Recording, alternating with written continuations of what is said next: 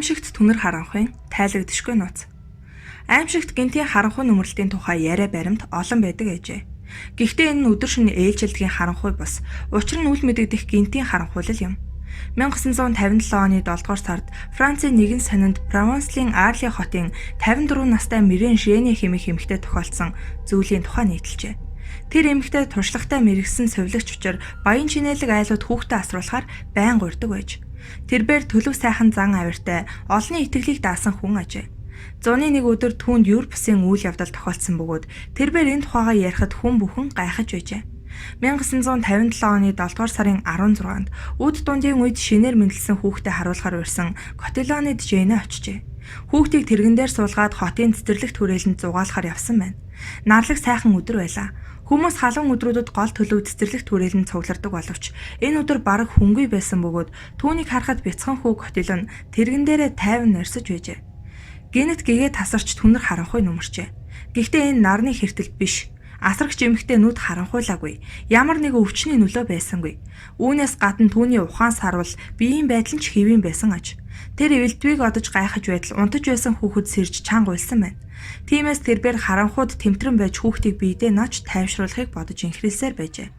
Хамгийн аимшигтай нь хав харанхуй бүдэгч гэрлэгүй энэ үед гудамжны чимээ, мод цэцгийн үнэр, шуудын дуу чимээ бүгд алга болсон байж. Жене хөдөлж чадахгүй зогссоор байсан гэдэг. Түүний хэлснээр аимшигт харанхуйлал 25 минут орчим үргэлжилсэн ажээ. Гинэт харанхуй анх гинэт нүмерсний адил гинэт алга болжээ. Тэр үед эргэн тойрноо харвал бүх зүйл хэвийн, орой болж харав бүрээ болж байв. Цэцэрлэгт хүрээлэнд жихүүн салхи хүлээж, гудамжны гэрэл асч хаа нэгэнтээ дулаан хувцсан хосууд алхаж байжээ.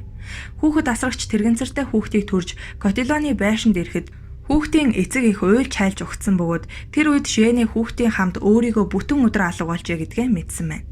Тэднийг цагдаа болон сайн дурынхан Арли хот даяар ирж хайж, хотын цэцэрлэгт хүрээлэнг тэр чигээр нь самсан боловч юу ч олоогүй гэдгээ хэлжээ. Энэ мэдээжийн хэрэг. Цагдаагийн газрынхан хатагтай Жене 3 өдрийн турш хаана юу хийж явсныг байц авч тэр зөвхөн түнэр харанхуй нүмерсэн тухай хэлхээсөөр яах вүлээ. Арли хотод босон тохиолдол 20 дугаар зууны хамгийн Европсын тайлагдшгүй үзэгдлүүдийн тонд гарцаагүй орно. Гэхдээ хачирхалтай түнэр харанхуй болж байсан энэ түүх цорын ганц тохиолдол биш ажээ.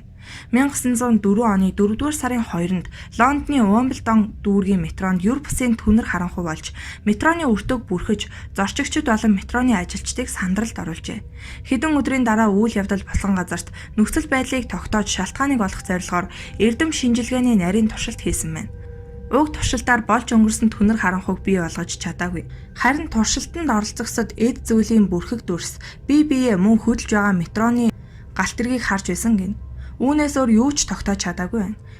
4-р сарын 12-ны өдөр Уимблдонд тас харанхуй нүмерч өчүүхэн ч гэгээ байхгүй хүмүүс болон метроны өртөг өтгөн хар бихээр будсан мэт байжээ. Энэ тохиолдолд шинжлэх ухааны болон хуурмаг шинжлэх ухааны ашиг хонжоо хайгчдыг нэлээд их ажил дуудсан боловч өнөө хүртэл тайлагдшгүй хэвээр үлдсэн. Үүний зэрэгцээ түнэр харанхуй нүмерл 50 мянган хүн амтай бүхэл бүтэн хотыг нүмерчээ. 1911 оны 3 дугаар сарын 7-нд 16 цагийн орчим Америкийн Кентукки мужийн Луисвилл хотхон өтгөн түнэр харанхуй нүмерч 1 цаг орчим үргэлжилжээ. Энэ үед хотын гудамжинд Дантегийн кино гарч ирсэн байна. Үйл явдлын бүх нарийн ширээнийг олон гэрчүүд нотолдог ажээ. Харамсалтай нь түүний гэрэл зургийг авах боломжгүй байсан. Гинэт бий босон тэрхүү харанхуйллын учир шалтгааныг өнөө хүртэл тайлаагүй. Нилээд үнэмшилтэй гэмээр таамаглал байдаг хэдий ч шинжлэх ухааны үндслэлтэд тайлбарлаж чадаагүй юм. Тэрхүү таамаглал нь огторгон орон зай алдагдах, янз бүрийн хэмжигдэхүүнүүд харилцан бие биедээ нэвтрэх, гэрлийн хэлбэлцлийн давтамж өөрчлөгдөж, газрын цахилгаан сорнодсон талбайд өөрчлөлт өгөх зэрэг үзэгдлээс болж хүний мэдрэх чадвар алдагдсантай холбоотой ч юм билүү гэсэн таамаглал тайлбарыг эрдэмтэд өгсөн ч хэн ч үүнийг баталж чадаагүй аж.